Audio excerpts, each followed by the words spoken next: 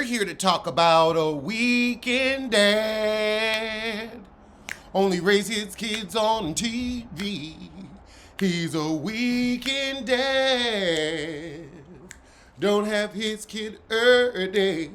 So over this weekend, the Thanksgiving holiday, and I honestly feel like the holidays bring out the worst in everyone, especially adults. It's great for kids. Adults, we're dealing with our own trauma, trying not to disappoint people, remembering recipes, getting everything done. All for what? Some ungrateful children and even more ungrateful adults.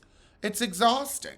My best friend went and spent the holidays with his family, and just him reporting back to me what was going on, I'm like, yeah, I'm glad I always go see my people in the spring. Less pressure. You can get outside, everybody in a better mood. Thanksgiving, everything's closed. You gotta look at them all day. That's too much. But his parents were kind of clowning him for growing up with a silver spoon in his mouth, and he said, I lived with my grandma in the hood. I never wanted to be behind wealthy gates. I wanted to be out in the neighborhood. He has such an interesting look, talking about standing on business with these, God, well, your dreads definitely make you look struggle. These dreads look homeless. These dreads are indigent.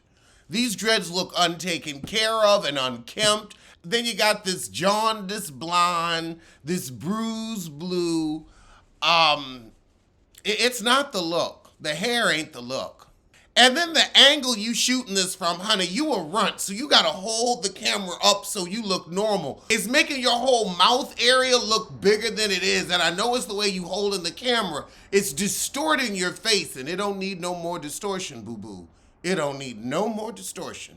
I mean, you can't even see any chin hair coming in. This looks like a child on a rant with his parents, a holiday temper tantrum. But then he talks about living at his grandma's house, and his parents said, well, he begged to go there. If I'm the parent, I'd want to know why you wanted to be at your grandmama's house rather than your house with your parents and your brothers and sisters. I mean, grandma's house is fun, but ain't no place like home. Well, except for King, because grandma's house was home. See, you tell it on yourself, T.I. As usual, that's why you spent so much time in prison. Then Tiny gonna get on and embarrass this boy further. Now this is foul. When family tells your business. Family, I'm sorry, no matter what goes on. Family, y'all can make fun of each other to each other, but when the outsiders come, you close ranks. You don't get on Instagram and say, oh, well, he used to suck his pacifier, although that would explain the shape of that mouth at his age. But that he used to suck his pacifier over at grandmama's. You don't tell your child's business. But you see, you a weekend mom, so you don't know nothing about raising children either. You like to play with a baby, but you haven't raised a child. Because all your older kids say they really wasn't living with you while you was filming Family Hustle. How could they have time when y'all was popping pills every night? And having threesomes, foursomes, and moresomes? That environment isn't conducive to raising children. So I believe they lived with grandmama.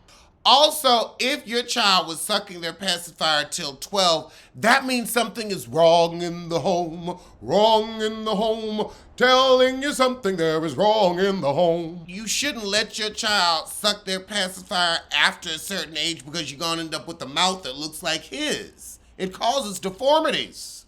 And if he cried like a baby, I could see why with parents like you. I'd be weeping too. Also, why does he have a tattoo of Playboy on his neck? Like, that brand ain't even what it used to be anymore. Like, I remember back in my day, Baby Fat and Playboy, oh goodness, all the girls would love to wear that because they thought they was so sexy. I always thought it was a little trampy myself, but you know. But you got a big Playboy on your neck. It gives sexual confusion to me. Like, are you a playboy or are you a bunny? Because that tattoo's giving bunny. Like you want somebody to hop in that pussy. Oh, God, now I stand on business. What business you got? What business you got to stand on? And I mean, you like your father are the run of the litter. What business are you standing on with your 5'2" ass? Can't even look your mama in the eye talking about standing on business. You need to stand in some high heels so you could go on a roller coaster. You need to get yourself some George DeSantis heels. Stand on business. Stand over your father. Try that. You drop me in your hood, I stand on business. Who's going to hoods? For what? The people in the hood want to get out of the hood. Why you even talk about a hood? You sound like the hood of your clitoris is sore right now. Girl, you stand on business in a plastic Payless pump. Oh, now he telling his mama she done drunk too much. I mean, I don't expect him to respect who didn't raise him, so I'm not shocked at this behavior. Now T.I. saying, you're big emotional, and you're being a bad parent, T.I., like you've been for the past 18 years. Oh, God. I know you. I know you. I know you, though. I know. And the thing is, you can tell he learned how to argue like this from his parents, where he cannot articulate his thoughts and feelings because they couldn't give him the gift of articulation. T.I. knows a lot of words, but he doesn't know what they mean or how to use them in a sentence cohesively. So now he asking his mama, why you letting somebody embarrass the hell out of me? And that's a great question, Tiny. Why? Why would you try to embarrass him? Oh, God, now it's, oh, he was joking. And then T.I. said, you have embarrassed, T.I., you have embarrassed yourself so badly. The fact that this is your child and this is how he acts at this big age, that's the embarrassment, not to him, but to you as a father. You've raised a generation of broken men, and that's pathetic. Now we've got runt wars. You can tell T.I. trying to yoke up his son, both of them trying to get on the step stool so they can slap each other. And really, you should have mollywopped your father's ass in that moment. That would have given T.I. exactly what he deserved. You should have gotten him with a quick thumb to the eye. That way he let your ass go and started mollywopping on his ass. It's runt versus runt. You might have been able to get an uppercut in. But your father is a feces. And there's just no other way to say it. He's just a feces. I also think everybody was too drunk, and this is why you don't get drunk with your children. He ain't old enough to drink. Now, I have a question for you. Portia has upgraded Simon's wedding band, but does it count as an upgrade when somebody spent your money? Because I'd be like, oh, well, the thought is nice, but I know I actually paid for this like I paid for everything the hell else because you ain't worked really in 2 years. Well, I guess you got, a little check from a girls' trip, but I know you keeping that money to yourself in case you get put out again like Cordelia Stewart did you, unceremoniously and unfinanced. Oh, God, Aaron in the chat said King is going to run to Jason Lee and do an embarrassing interview. And he will. And he will. He's just that ignorant. And he's a kid who really needs to sit in therapy so he can articulate about their piss poor parenting and come to them with truth instead of standing on his non-existent business. But this truly shows piss poor parenting. The fact your child acts like this is embarrassing. Well, now Diddy is stepping aside as chairman of Revolt, so we're going to see if we can get Pop Roast on Revolt since we won't have to deal with him. So that's Revolt, Macy's, the charter school he was involved with also dropped him from participate pay. So now he's getting the corporate shun. The corporate shun. In Shoulda Copped Plea news, Young Thug's RICO trial has finally started, and they going back to 2015 saying he shot up Wayne's tour bus. We are about to witness what I call a Fulton County fillet.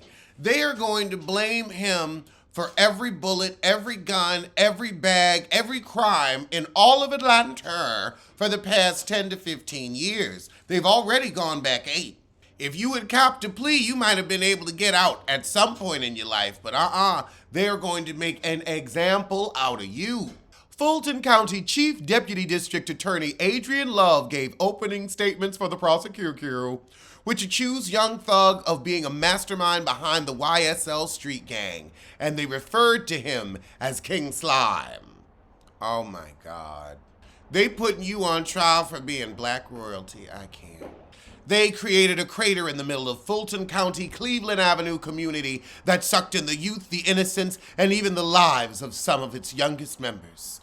Dwayne Carter, otherwise known as Lil Wayne, came to town to perform at the compound while the defendant was performing in Lil Wayne's hometown of New Orleans. Members of YSL showed up at the compound locked and loaded with guns. Evidence will show that security knew to be on the lookout for members of YSL. Authorities were alerted to ongoing public rifts and back and forths, and statements being made publicly on social media about, towards, and threatening Dwayne Carter.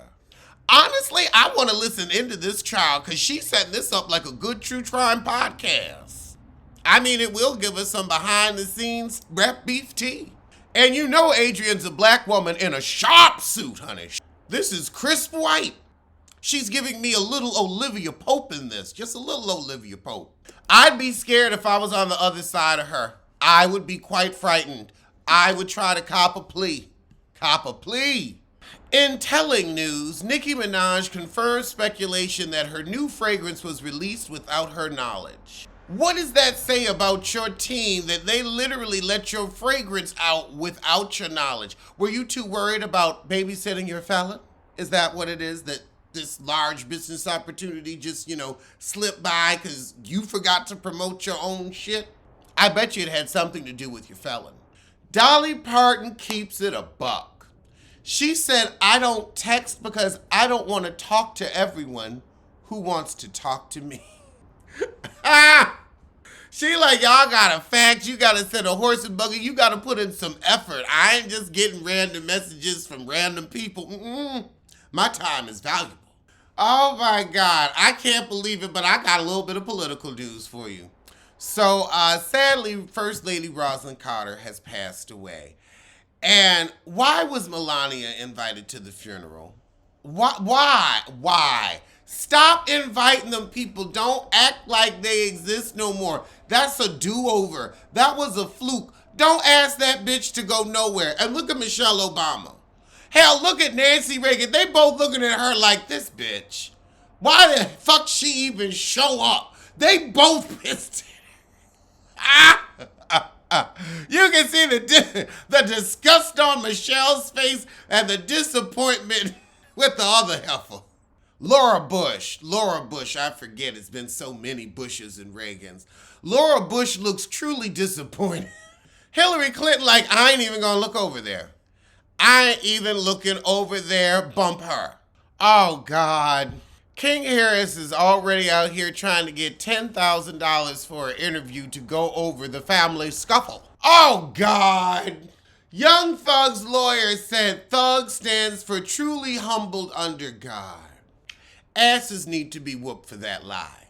And finally, in trifling white heifer news, Kim Zolciak fakes Brielle's pregnancy for a click and a view. Sources familiar with the situation, aka Croy, tell TMZ Brielle ain't pregnant. Kim is getting a financial kickback from the clickbait. She said, I'm gonna get paid on the lies too. What the hell? I'd say I'd be embarrassed for them, but they've got a long way to fall, and I'll be here to watch every minute. Well, I'm gonna see y'all soon for something.